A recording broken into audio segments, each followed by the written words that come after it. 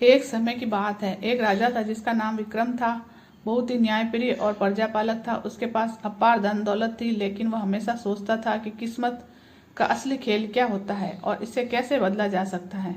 राजा विक्रम की दो सुंदर और बुद्धिमान पुत्रियां थी, राजकुमारी सुहानी और राजकुमारी रिद्धिमा। दोनों बहनें अपने गुणों और स्वभाव से एक दूसरे को बहुत ही अलग थी। सुहानी बहुत ही महत्वाकांक्षी और स्वाभिमानी थी, जबकि रिद्धिमा शांत, विनम्र और दूसरों की मदद करने वाली थी। एक दिन राजा के दरबार में एक साधु आया और उसने कहा, हे राजन, तुम्हारी बेटियों की किस्मत उनके स्वभाव से तय होगी।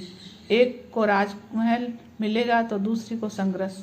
राजा ने चौंक कर पूछा, क्या इसे बदला जा सकता है? साधु ने मुस्कुराकर कहा, किस्मत बदली जा सकती है, लेकिन इसके लिए बलिदान और मेहनत चाहिए। ये उनके निर्णय पर ही निर्भर करेगा। दो राजकुमारों का आह्वान। कुछ समय बाद पड़ोसी राज्य में दो राजकुमार अणव और कार्तिक राजा विक्रम राज्य में आए। अणव को जो एक साहसी योद्धा था, सुहानी को पसंद करता था, वही कार्तिक एक साधारण किसान था, पुत्र था जिसे अपनी मेहनत और बुद्धिमानी और राजकुमार का दर्जा पाया था।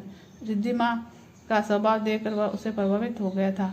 जब दोनों राजकुमारियों का विवाह एक समय आया तो सुहानी ने अणव को चुना क्योंकि वह उसे धन और शौर्य प्राप्त करती थी। रिद्धिमा ने कार्तिक को चुना क्योंकि उसे उसकी सरलता और ईमानदारी भाती थी।